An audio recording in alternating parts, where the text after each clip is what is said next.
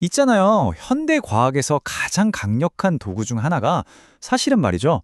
승률을 조금이라도 높여보려고 발버둥 치던 도박사들의 손에서 시작됐다고 하면 어떠실 것 같아요? 좀 놀랍지 않나요?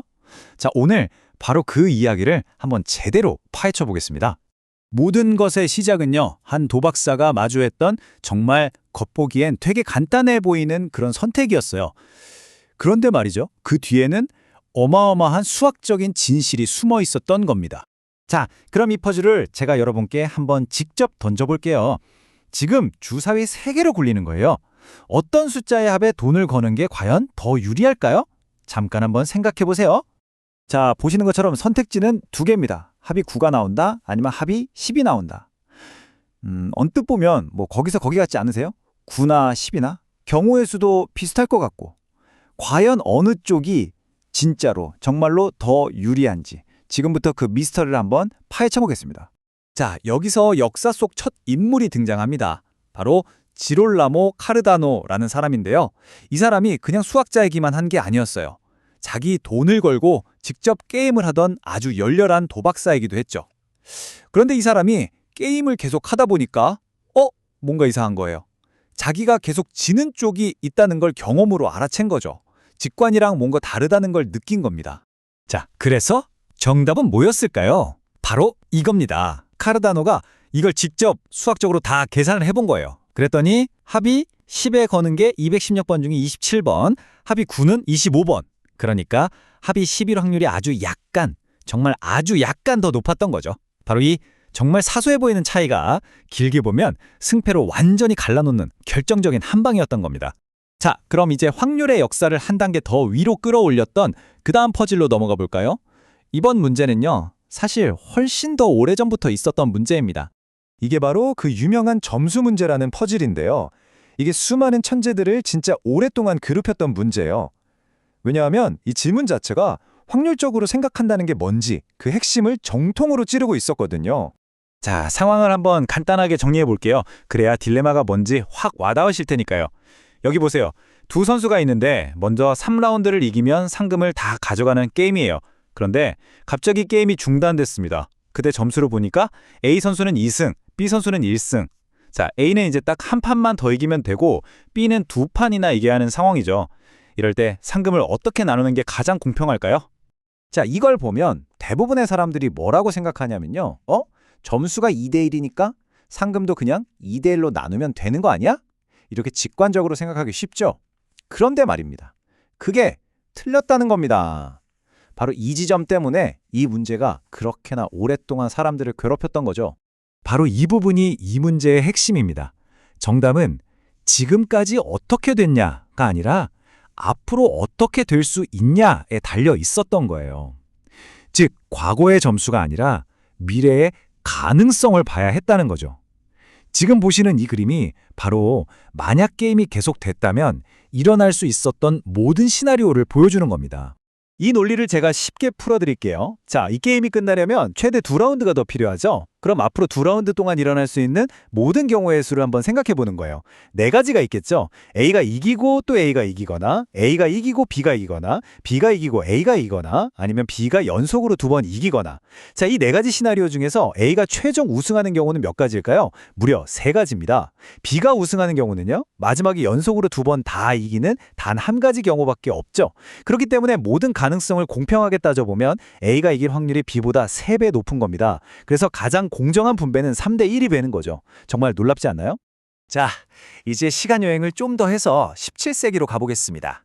이번엔 한 귀족 도박사가 있었는데요. 이 사람의 깊은 좌절이 어떻게 수학 역사상 가장 위대한 만남을 만들었는지 한번 보시죠.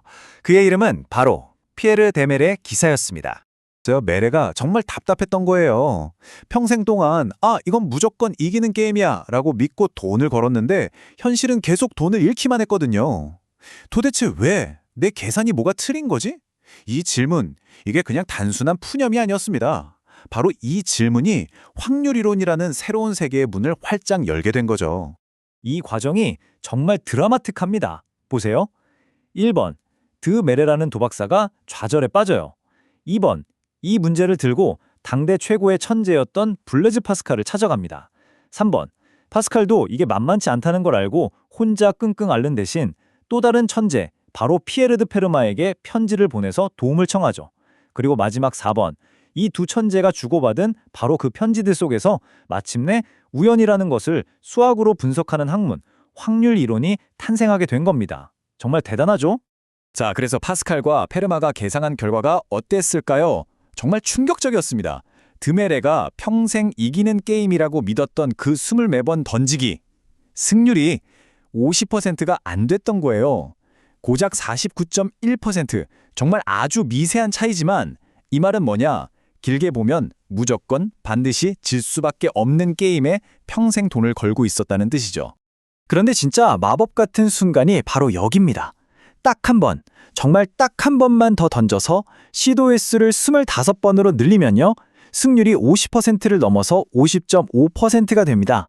드디어 지는 게임에서 이기는 게임으로 바뀌는 바로 그 순간이죠. 이 발견은 정말 대단한 통찰이었어요.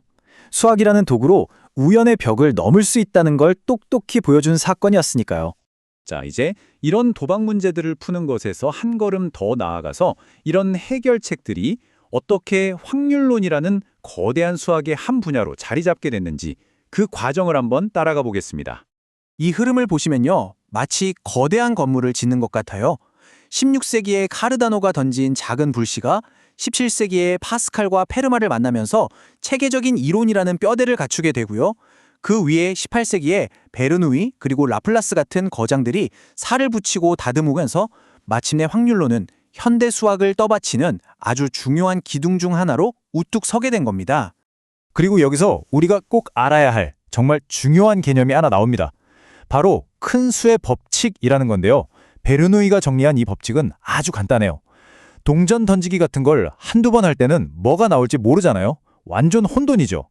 하지만 이걸 수천 번, 수만 번 계속해서 반복하면 결국 앞면이 나올 확률은 정확히 50%에 가까워진다는 겁니다. 이 예측 불가능한 우연이 횟수가 많아지면 예측 가능한 패턴으로 수렴한다는 거죠. 여러분, 카지노가 절대 망하지 않는 이유가 바로 여기에 있습니다.